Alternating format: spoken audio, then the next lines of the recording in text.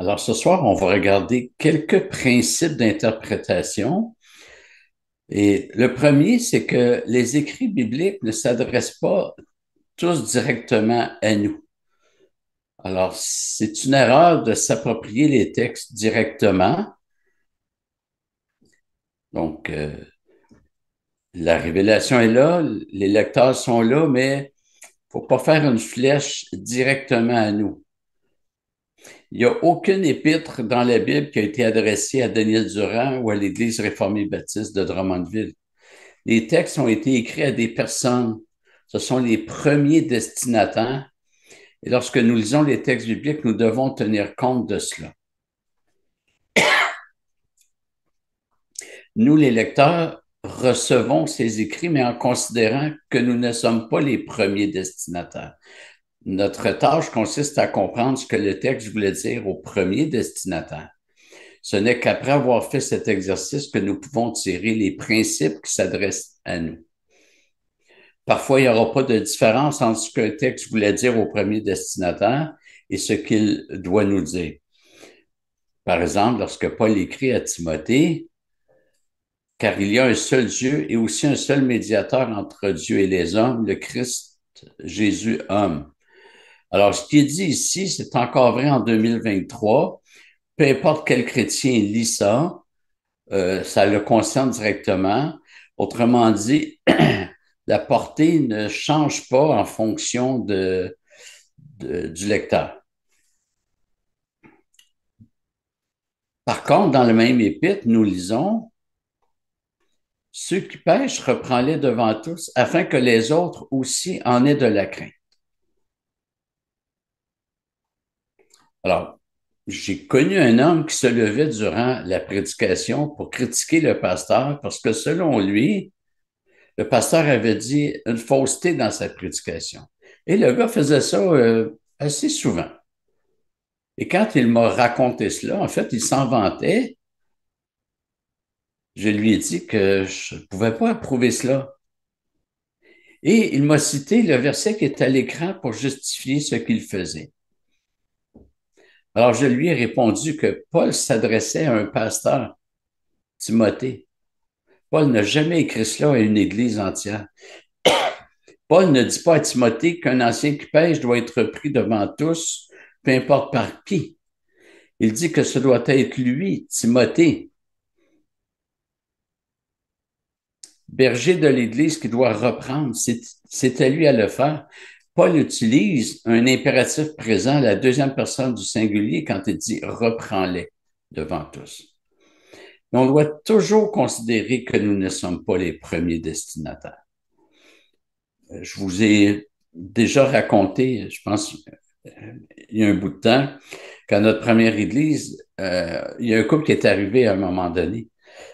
Nouveau chrétien, il s'était converti suite à une émission de télévision qui prêchait l'Évangile. Alors, il nous informe qu'ils se sont convertis, ils ont commencé à lire la Bible.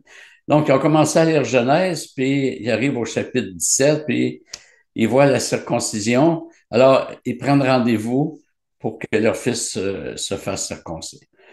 Alors, on leur a expliqué que non, non, c'était le signe de l'ancienne alliance, que les chrétiens ne sont pas tenus, excusez-moi, de se faire circoncire. Donc, il était de bonne foi, mais il n'avait pas considéré à qui ça s'adressait, à quelle époque, etc. Le texte qui est à l'écran, on ne peut pas le prendre directement et dire, donc, je reprends n'importe quel ancien qui pêche, je le reprends devant tous. Euh, Par contre, on doit chercher à voir les principes qui sont derrière. Alors, pour nous, les principes, ça serait, ben, tout chrétien doit s'attendre à ce que leurs anciens appliquent cela. Un ancien qui ne reprend pas ceux qui pêchent, il y a un problème. Les chrétiens doivent prier pour leurs anciens. Alors, qu'ils aient le courage, hein, c'est au même Timothée que Paul a écrit, tu n'as pas reçu un esprit de timidité, mais un esprit d'amour, de force et de sagesse. Ce texte nous dit aussi que les anciens sont soumis comme tous les autres à la discipline d'Église. Les anciens ne sont jamais au-dessus des autres.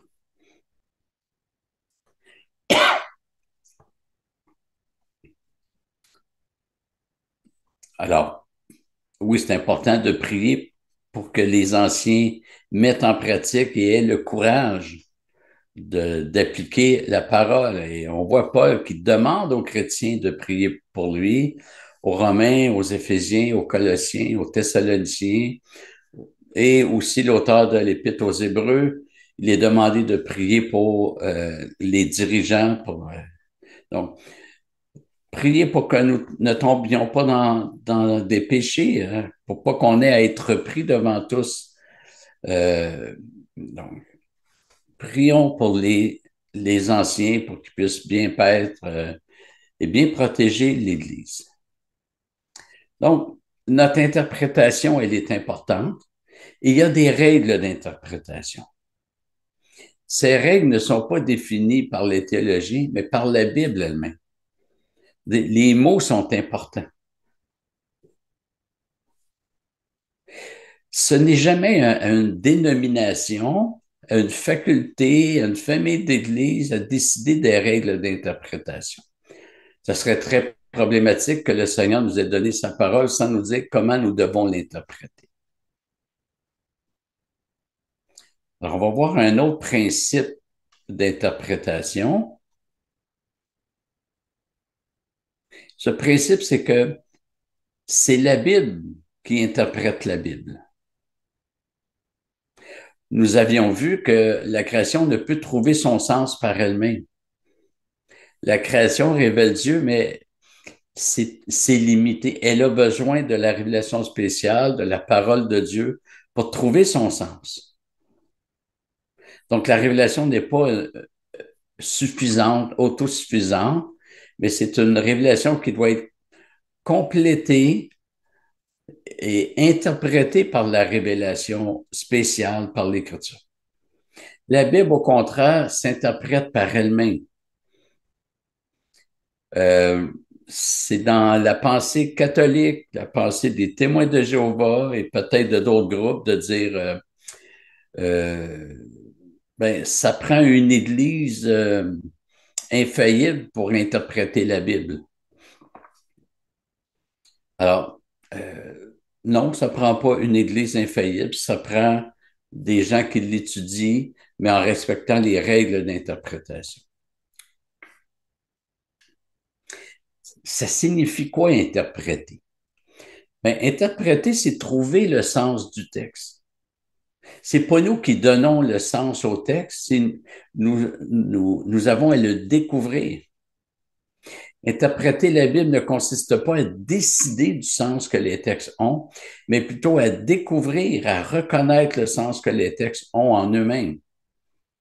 Et un texte ne peut pas vouloir dire euh, plusieurs sens. Il peut y avoir plusieurs éléments qui ont chacun une valeur, mais ça ne peut pas vouloir dire une chose et son contraire.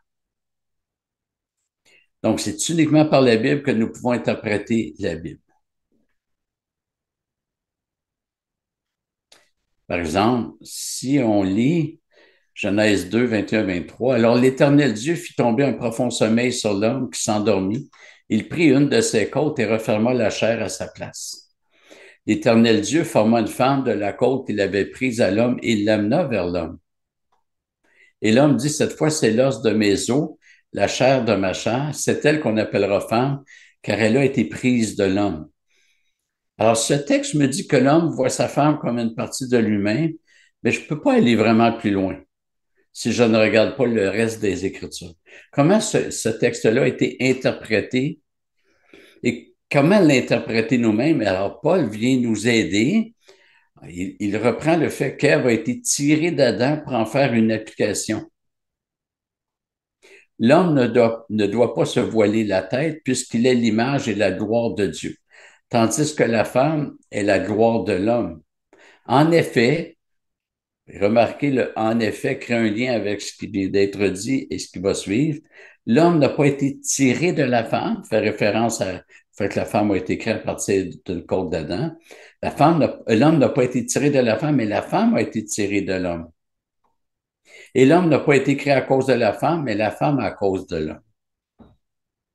C'est parce que l'homme avait besoin d'aide, il n'est pas bon que l'homme soit seul, que Dieu a dit, je vais lui faire une aide vis-à-vis. Donc, Paul voit euh, euh, ici, excusez-moi, je vais juste revenir. Donc, il fait une application entre le fait que l'homme est l'image et la gloire de Dieu, tandis que la femme est la gloire de l'homme. Il prend ça où? Il prend ça du récit de la création. Et je pensais l'avoir, là, mais je l'ai oublié. Puis immédiatement, donc Paul dit, à cause de cela, ben, la femme doit être soumise à l'homme. Vous voyez, Paul interprète, il donne un sens, c'est-à-dire Paul voit le sens, l'implication que ça a. Il était quand même un, un interprète inspiré. Donc, mais on voit que pour bien comprendre Genèse 2, il faut aller plus loin. Un autre exemple que j'avais parlé dans euh, une rencontre du cercle de lecture, Genèse 3, versets 1 à 5. Le serpent était le plus rusé de tous les animaux des champs que l'Éternel Dieu avait fait. Il dit à la femme, Dieu a-t-il réellement dit, vous ne mangerez pas de tous les arbres du jardin? La femme dit au serpent, nous mangeons du fruit des arbres du jardin, mais quant au fruit de l'arbre qui est au milieu du jardin, Dieu a dit, vous n'en mangerez pas et vous n'y toucherez pas, sinon vous mourrez. Alors le serpent dit à la femme, vous ne mourrez pas du tout. Mais Dieu sait que le jour où vous en mangerez, vos yeux s'ouvriront et que vous serez comme des dieux qui connaissent le bien et le mal. Ah, comment je peux interpréter ce texte? Comment je peux me l'approprier? Surtout qu'au Québec, il n'y a pas grand serpent. Alors, je peux conclure que le serpent est un menteur, un trompeur, mais je ne peux pas aller beaucoup plus loin. Est-ce que je devrais conclure que les serpents ont la capacité de parler? Est-ce que la femme a été trompée par un simple animal? Je ne peux pas aller très loin avec Genèse 3. Par contre, si je vais voir ce qui est dit ailleurs, là, ça va m'aider, puis là, je vais pouvoir comprendre. Alors, par exemple, déjà dans Genèse 1, 26, c'est dit, Dieu dit, faisons l'homme à notre image, selon notre ressemblance, pour qu'il domine sur les poissons de la mer, sur les oiseaux du ciel, sur le bétail, sur toute la terre et sur tous les reptiles qui rampent sur la terre. Alors, ici, c'était déjà une préparation de Genèse 3 que l'homme et la femme avaient l'autorité de dominer sur le serpent. Donc, si je commence à lire à Genèse 1, j'arrive à Genèse 3, je dois considérer, ah, mais le serpent, c'est un reptile. Dieu en avait déjà parlé. Donc, je dois considérer cela. Et donc, puisque l'homme et la femme avaient l'autorité de dominer sur les reptiles, ça nous dit que ils n'ont pas été dépassés par le serpent, mais ils ont simplement été trompés. Et on apprend plus loin, parce que là, on ne connaît pas encore l'identité du serpent. Apocalypse 12:9 dit, il fut précipité le grand dragon, le serpent ancien appelé le diable et Satan, celui qui séduit toute la terre habitée. Ici, on apprend que le serpent ancien, c'était en fait Satan. Et je pense que nous pouvons penser que Satan a pris possession d'un serpent, comme les démons sont entrés dans des pourceaux dans le pays des Gadarénées.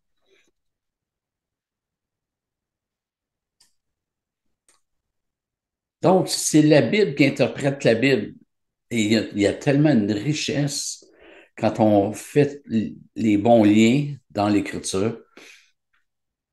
Alors, il y a des chrétiens qui disent, oh non, moi j'interprète pas la Bible, je la reçois comme elle vient.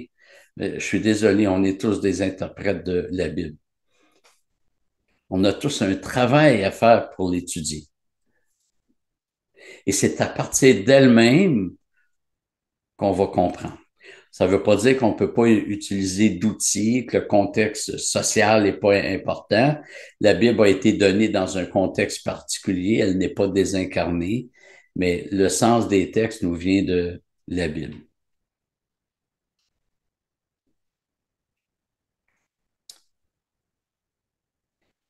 Il n'y a pas un chapitre dans la Bible qui nous enseigne comment interpréter les textes.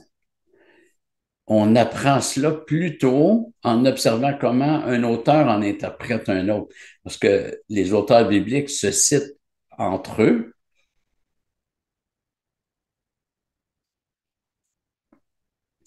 Donc, l'interprétation de la Bible est circulaire. Elle n'a pas besoin de sources extérieures pour être interprétée. Je dis ça, mais avec une nuance, c'est que c'est utile de connaître les pratiques du temps.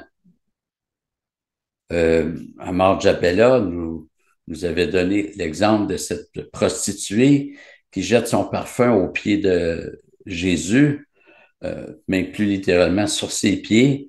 Et vous vous rappelez, Judas disait, hey, on aurait pu vendre ça et donner l'argent aux pauvres, mais finalement, Judas voulait garder l'argent. Et comment comprendre, comment interpréter ce geste-là, comment se l'approprier? Est-ce que ça veut dire que Dieu est contre le parfum, puis quand quelqu'un se convertit, il doit vendre son parfum? Est-ce que ça veut dire, puisque c'est un parfum de grande valeur, que celui qui se convertit doit vendre ses biens qui sont luxueux? Eh bien, le contexte nous aide à comprendre. Le contexte social que la Bible n'explique pas nécessairement, mais à l'époque, les prostituées, pour attirer des hommes, elles devaient sentir bon. Il y avait, les moyens d'hygiène étaient limités. Alors, elles devaient sentir bon, puis elle mettait du parfum. En jetant son parfum, elle est en train de dire à Jésus, je renonce à mon péché. Je veux vivre la vie nouvelle. Et là, il y a des belles applications pour nous.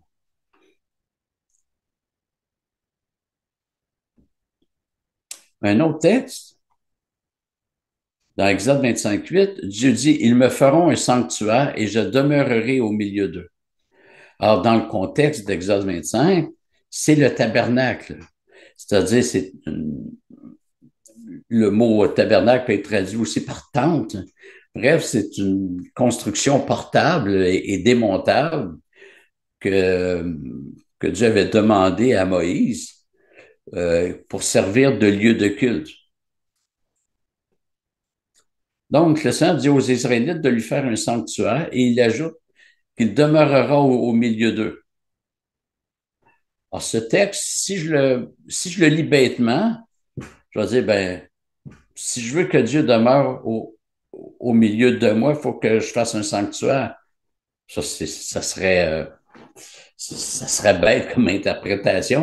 Mais vous voyez, si on isole les textes sans s'intéresser au traitement qui est fait ailleurs du même sujet, on peut arriver à des choses euh, assez bizarres. Alors, on va regarder un autre texte qui nous parle de ce qui est dit dans Exode 25:8. Paul dit dans 2 Corinthiens 6:16, car nous sommes le temple du Dieu vivant, comme Dieu l'a dit. Ça, c'est l'expression clé ici. J'habiterai, je marcherai au milieu d'eux, je serai leur Dieu et ils seront mon peuple. Mais quand est-ce que Dieu avait dit ces choses? On l'a vu, c'est lorsqu'il a donné les consignes pour construire le tabernacle.